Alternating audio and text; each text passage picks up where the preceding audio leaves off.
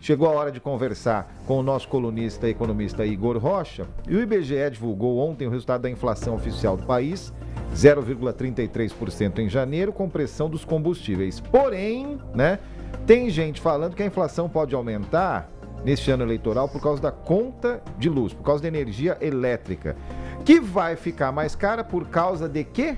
Eventos climáticos. Igor, bom dia para você. Conta essa história pra gente. Bom dia, Felipe, Joana, Dani, Alvarez. Muito bom estar com vocês aqui hoje. Bom, é exatamente isso que o Felipe já adiantou, né? Em janeiro a gente teve aí a conta de luz em 0,33, veio um pouquinho acima do mercado, que estava 0,32, mas bem pouco, 0,01, né? Então não foi uma grande diferença, não.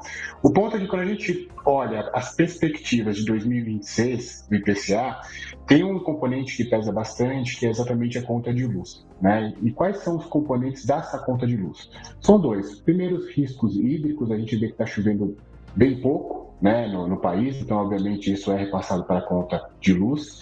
E um outro ponto que também é delicado são exatamente os subsídios na conta de luz, né? Tem a CDE, que é a Conta de Desenvolvimento Energético, que é um subsídio que é cobrado na conta de luz de todos os brasileiros, de todos os usuários, tá certo? Que precisam de energia, empresas também, para subsidiar algum tipo de geração de energia, por exemplo, a energia solar, né? Então, tem muito das discussões quanto à energia solar, que embora sim seja, por exemplo, uma energia limpa, todos os brasileiros, sobretudo os brasileiros de baixa renda, pagam isso, porque geralmente a população de baixa renda não tem energia solar na sua casa.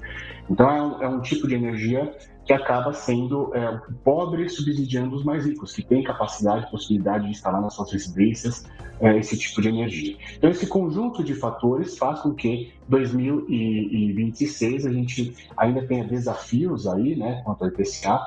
É fato que o Banco Central está projetando o IPCA para 2026 em 3,4%, ou seja, um IPCA bastante positivo. O mercado está um pouquinho acima, viu, Felipe Bueno? Está em 3,9%, mas provavelmente essas projeções vão convergir. E a gente tem uma inflação muito mais benigna do que a gente teve nos últimos 2 anos, projetada aí para 2026. Alvarez.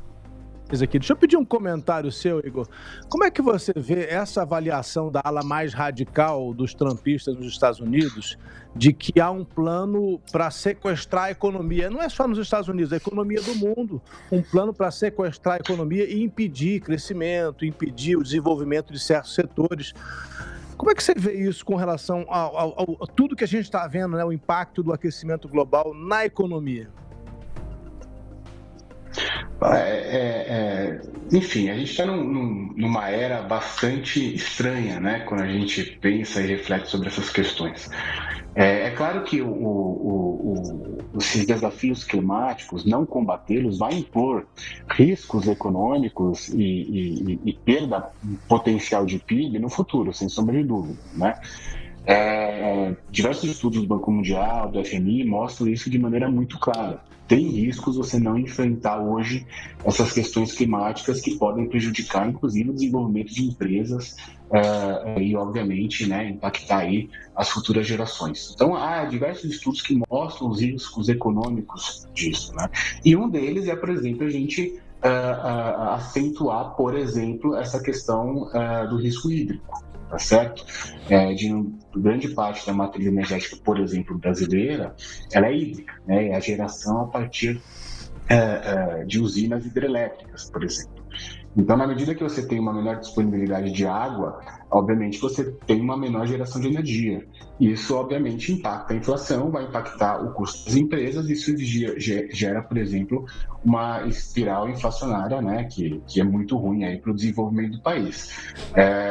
Tem outros países também, sobretudo os países emergentes, que não combater isso, e aí os países desenvolvidos não enfrentarem isso, vai gerar um problema, que é o que a gente gera o problema de catching up, né, dos países emergentes com os países desenvolvidos. O que é esse catching up? É o desafio que os países de renda baixa, de renda média, possuem para conseguir chegar ali na chamada renda alta, né? Porque, obviamente, os custos para fazer essa transição são muito mais altos, e, obviamente, que muito está atrelado a essa questão do combate aí futuro a essas questões climáticas que põem custos adicionais no futuro para o desenvolvimento das nações. Certo, então, nós ouvimos aqui a participação semanal do nosso Igor Rocha. Igor, obrigado, um abraço, bom trabalho, até a próxima. Obrigado, um abraço para vocês todos.